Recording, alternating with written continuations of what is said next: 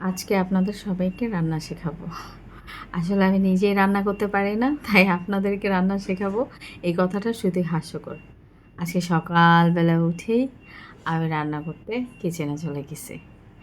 আমি তেমন রান্না করতে পারি না। বাসায় হচ্ছে আমাদের বাবুটা খুবই অসুস্থ। আপনারা সবাই বাবুর জন্য দোয়া করবেন। আজান অনেক অসুস্থ, আজানের ডেঙ্গু হইছে।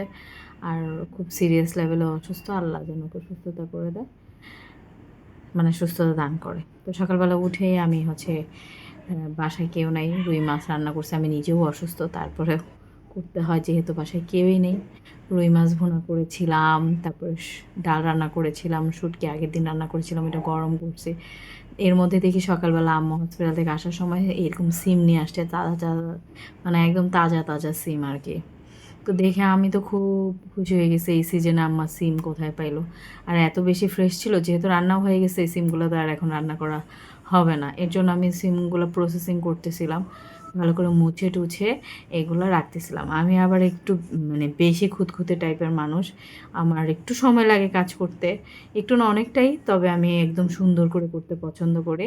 তো আমি এগুলো সবগুলো এই ন্যাকড়া দিয়ে মুছে তারপর পলি করে রেখে দিছিলাম, যাতে করে সুন্দর থাকে, ফ্রেশ থাকে। দেখেন, আর এখানেই সে